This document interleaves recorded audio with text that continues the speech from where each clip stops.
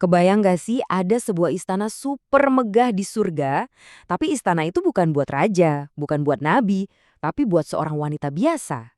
Nah, hari ini kita bakal kupas tuntas kisah spiritual yang luar biasa menginspirasi di balik istana misterius milik Umu Mutia ini. Jadi, semua ini tuh berawal dari sebuah mimpi. Coba bayangin Sayyidah Fatimah Az-Zahra, putri kesayangan Nabi Muhammad SAW. Dalam mimpinya beliau melihat istana yang, wah, megah banget di surga. Tapi yang bikin kaget, di depan istana itu terukir nama seorang wanita yang sama sekali nggak beliau kenal, Ummu Mutia. Nah, mimpi ini langsung jadi misteri besar kan?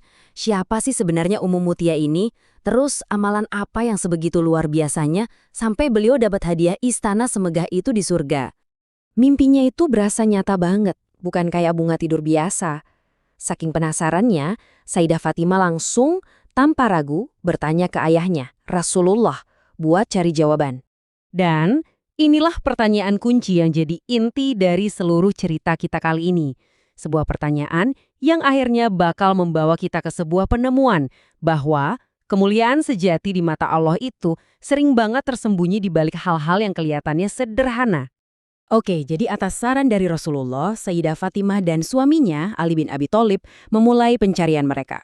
Mereka benar-benar bertekad buat menemukan sosok misterius ini dan mencari tahu rahasia di balik kemuliaannya.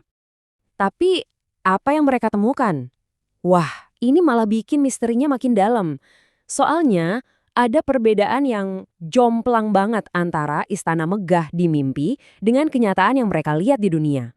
Ternyata, Ummu Mutia ini seorang wanita biasa, hidupnya sangat-sangat sederhana, jauh dari kata mewah atau status bangsawan. Penemuan ini kan jadi bikin mikir lebih dalam lagi ya. Amalan apa sih yang bisa bikin hidup yang sesederhana itu ganjarannya setinggi surga? Ini bukti nyata kalau cara Allah menilai itu benar-benar beda sama cara kita, manusia, menilai. Akhirnya sampailah kita ke jantung dari misteri ini. Dengan penuh rasa hormat, Sayyidah Fatimah pun bertanya langsung ke Ummu Mutia, amalan apa sih yang ibu lakukan? Dan rahasianya, ternyata bukan karena satu perbuatan besar yang heboh, bukan. Tapi karena ketulusan dan keistiqomahan dalam amalan atau perbuatan sehari-harinya. Dengan rendah hati, Ummu Mutia menjelaskan 3 amalan utamanya. Kelihatannya sederhana banget kan? Tapi justru disinilah letak kekuatannya, ketulusan dan konsistensi. Beliau menjadikan rumahnya itu ladang ibadahnya sendiri. Nah, ini nih mindsetnya luar biasa banget. Buat beliau, melayani suami itu bukan beban.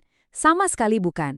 Justru itu adalah jalan untuk meraih cinta dan ridho Allah lewat keharmonisan rumah tangga. Terus, apa pelajaran berharga yang bisa kita semua ambil dari pertemuan yang luar biasa ini?